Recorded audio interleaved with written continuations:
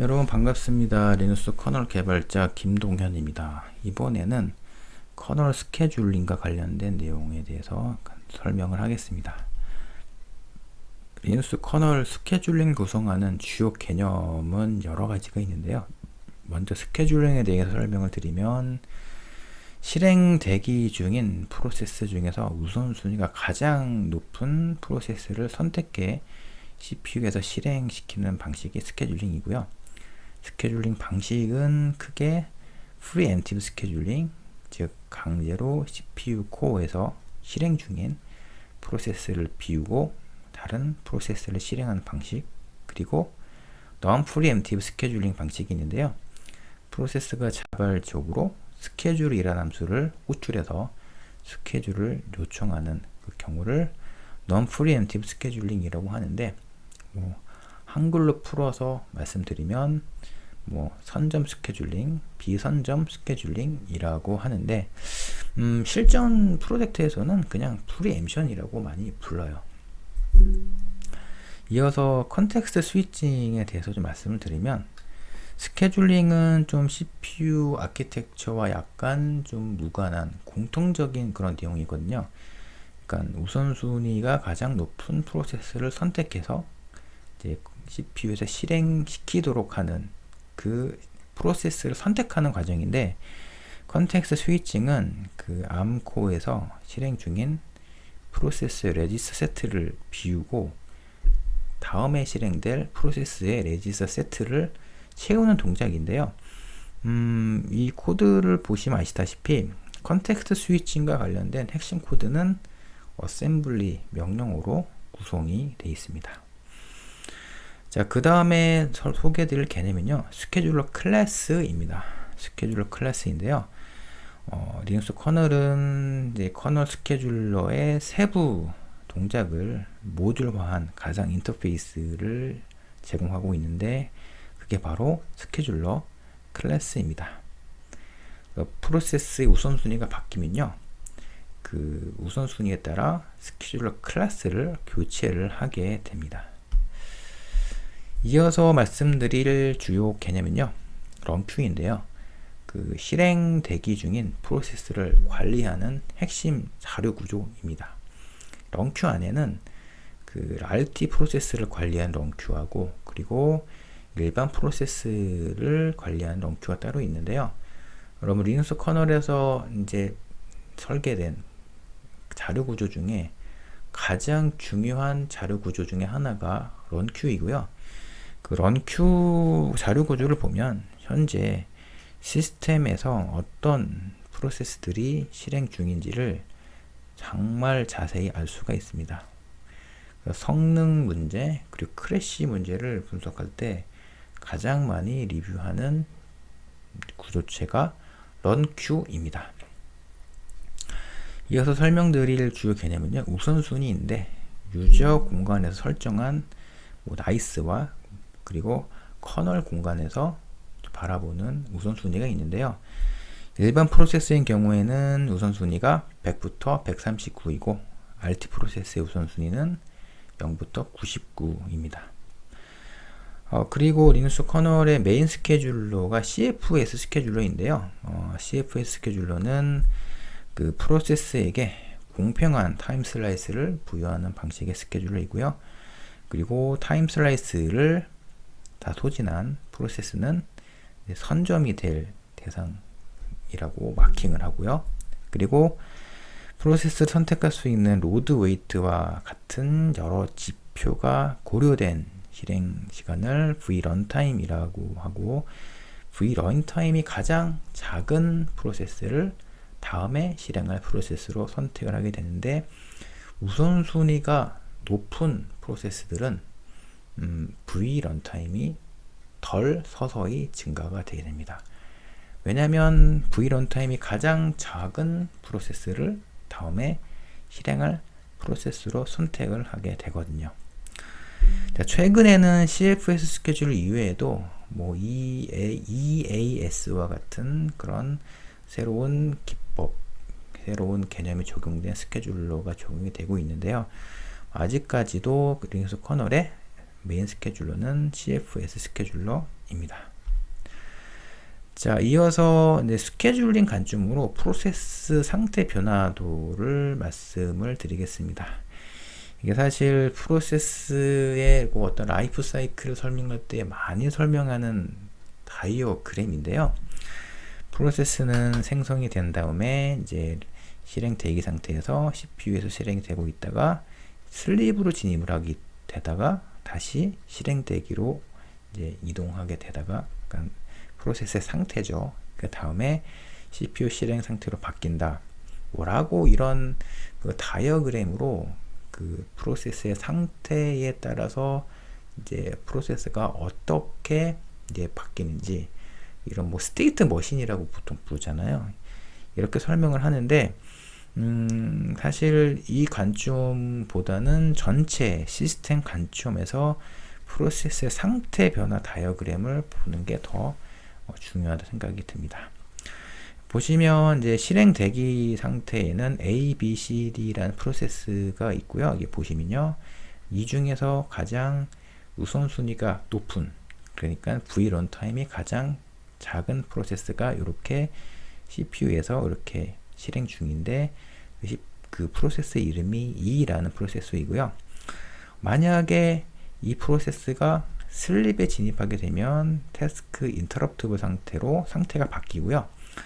이 상태로 있는 프로세스 목록이 이와 같고요. 만약에 프로세스가 슬립에 진입할 때 이제 깨어날 어떤 특정 조건을 설정한 다음에 슬립에 진입할 때는 태스크 언인터럽티브 상태로 바뀌게 됩니다. 슬립에 진입한 다음엔요, 반드시 이렇게 실행 대기 상태로 실행 그 상태를 바꾼 다음에 그 다음에 이제 CPU 실행 상태로 바뀌게 되는 것입니다. 그래서 프로세스의 상태 정보를 보고 그 스케줄러가 다음에 어떤 프로세스를 CPU 코어에서 실행할지를 결정하기 때문에 프로세스의 상태는 굉장히 중요합니다. 추가로 말씀을 드리면요, 여러분 제가 수많은 그 코어 덤프 그 VM 코어 파일을 분석한 결과 대부분의 경우는요, 시스템에서 구동 중인 프로세스의 개수가 만약에 100개인 경우, 100개라고 가정했을 때 대부분 태스크 인터럽티블 상태이고요. 그리고 그 CPU에서 실행 중인 프로세스의 개수는 CPU 코어의 개수와 같습니다. 예를 들어서 라즈베리 파이 같은 경우는 CPU 코어의 개수가 4개잖아요. 그러니까 4개이기 때문에 해당 CPU 코어에서 실행 중인 프로세스의 개수는 4개이고요. 그리고 태스크 러닝, 요 실행 대기인 상태 프로세스는 보통 적으면 3개, 4개, 많으면 10개 정도 프로세스가 실행 대기 상태에 있고, 그리고 태스크 언인터럽티블 상태에 있는 프로세스 개수는 보통 뭐 7개, 8개 정도로 확인이 돼요. 그러니까 대부분의 프로세스는 그러니까 시스템에서 실행 그 돌았던 그 프로세스들의 상태를 보면요, 대부분 태스크 인터럽티블 상태입니다. 추가로 설명드릴 내용이 있는데요. 여러분들 이제 VM 코어나 이제 그 코어 덤프 파일을 열어봤는데, 프로세스 중에 언인터럽티블 상태, 태스크 언인터럽티블 상태의 프로세스가 굉장히 많다고 확인이 되면 해당 시스템에서 뭔가 IO를 동작하다가 뭔가 문제가 생겼다, 뭐 경우가 많고요. 이런 경우에는 뭐 IO 스케줄러와 관련된 그런 루틴을 분석을 해야 되겠죠. 그 다음으로는 그 뮤텍스 데드락, 뭐 어떤 프로세스가 뮤텍스를 획득하고 어떤 코드를 실행하고 있는데 이제 다른 프로세스가 계속 순차적으로 뮤텍스를 획득하기 위해서 이제 기다리면서 슬립에 진입하는 이런 경우에 태스크 언인터럽티블 상태에 있는 프로세스가 되게 많아요. 그래서 전체 그 시스템에서 실행 중인 프로세스의 상태 정보를 좀 확인하면 대략적으로 이런 시스템이 어떤 상태인지를 좀 더 확인을 할 수가 있습니다. 그리고 뭐 어떤 경우는요, 뭐 실행 대기 상태에 있는 프로세스의 우선순위를 확인해 봤더니 RT 프로세스가 있다. RT 프로세스가 확인된다 하는 경우는요, 좀 RT 프로세스가 왜 이렇게 실행 대기 상태에 있는 것인지에 대해서 확인할 필요가 있고, 또 이런 경우는 RT 프로세스들끼리 서로 CPU 코어에서 실행하기 위해 좀 경합하는 경우가 많거든요. 근데 이때는 보통 일반 프로세스가 실행할 수 있는 그런 타이밍을 좀 얻기 어려워요. 자, 그래서 이렇게 그 프로세스의 상태 변화 다이어그램 이 하나만 봐도 굉장히 말씀드릴 내용이 굉장히 많은데, 그만큼 프로세스의 상태 정보는 중요하다라고 말씀드리고 싶어요. 자, 이어서 이제 프리엠프티브 스케줄링에 대해서 소개를 하겠습니다. 프리엠프티브 스케줄링이라는 용어는요, 이제 현재 CPU 코어에서 실행 중인 프로세스를 빼내서 우선순위가 높은 프로세스를 ARM 코어에서 실행하는 동작을 프리엠프티브 스케줄링이라고 하고요. 뭐 레이스 컨디션이 발생하는 주 요인 중에 하나입니다. 이런 프리엠프티브 스케줄링을 시작하는 시작점이 어디냐가 굉장히 중요한데, 인터럽트 핸들러를 다 처리하고 난 다음에 그 인터럽트가 발생하기 전 코드로 복귀 되돌아가기 직전, 그리고 시스템 콜 핸들 함수를 처리하고 난 후에 유저 공간으로 복귀하기 직전인데요. 관련된 콜 스택은 이제 이와 같습니다. 먼저 그 시스템 콜 핸들러를 다 처리한 다음에 이제 요 레이블로 복귀하게 되는데, 만약에 해당 프로세스가 프리엠션 될 조건이면 이 콜 스택으로 스케줄 함수를 호출해서 프리엠프티브 스케줄링을 실행하게 되고요. 그 다음으로는 인터럽트 핸들러를 호출한 다음에 프리엠프티브 스케줄링 조건을 체크를 하게 됩니다. 이 경우에 요 레이블을 호출해서 프리엠프티브 스케줄링을 실행하게 되고요. 인터럽트 핸들러를 이제 호출을 할 때에, 그때 이제 커널 코드가 실행을 하고 있다가 인터럽트가 발생할 수 있거든요. 이때는 이 함수가 irq-svc라는 레이블을 호출을 했는데, 유저 애플리케이션이 실행하고 있는 도중에 인터럽트가 발생하게 되면 요 레이블로 점프를 하게 되고요. 그 다음에 인터럽트 핸들러를 호출한 다음에 그 프리엠션을 실행할 조건을 체크합니다. 그 다음에 프리엠션을 실행할 수 있는 조건이면 요 함수 흐름으로 프리엠션을 실행을 하게 됩니다. 이어서 non-preemptive 스케줄링에 대해 소개를 드리면, 프로세스가 좀 자발적으로 스케줄 함수를 호출해 스케줄링을 요청하는 그런 경우를 non-preemptive 스케줄링, 비선점 스케줄링이라고 이야기를 합니다. 자, 컨텍스트 스위칭에 대해서 설명을 드리면요, 이렇게 그 CPU에서 실행 중인 프로세스 정보가 채워져 있는 보시면은 CPU에 이 프로세스가 실행하고 있잖아요. 이 프로세스가 CPU에서 실행한다는 의미는 이제 이 프로세스의 레지스터 세트가 채워져 있는 건데, 프레임 컨텍스트 스위칭을 하게 되면 다음에 실행할 프로세스의 레지스터 세트가 CPU 코어에 올라가게 됩니다. 그래서 컨텍스트 스위칭은 CPU 아키텍처의 의존적인 동작입니다. 자, 이어서 컨텍스트 스위칭과 관련된 커널 코드를 리뷰를 해 보겠습니다. 보시면 아시겠지만 그 스케줄 함수에서 컨텍스트 스위치라는 함수를 호출하게 되고요. 이 함수에서 switch2라는 매크로형 함수를 호출하게 됩니다. switch2라는 레이블을 호출하게 된 다음에 이 레이블로 브랜치를 하게 되는데요. 함수의 구현부를 보시면 아시겠지만 이제 매크로로 선언이 되어 있습니다. 그래서 이제 붉은색으로 표시된 코드가 실행이 되면 컨텍스트 스위칭이 실행이 되게 되는 것입니다. 자, 그래서 컨텍스트 스위칭과 관련된 자료 구조를 설명드리면요. 컨텍스트 스위칭 되는 프로세스의 레지스터 세트는 thread info 구조체의 CPU 컨텍스트 필드에 저장이 됩니다. 보시면은 thread info 구조체인데요. 이 각각 필드가 있는데 여기 보시면 CPU 컨텍스트라는 필드 안에 보시면 R4부터 PC까지 있죠.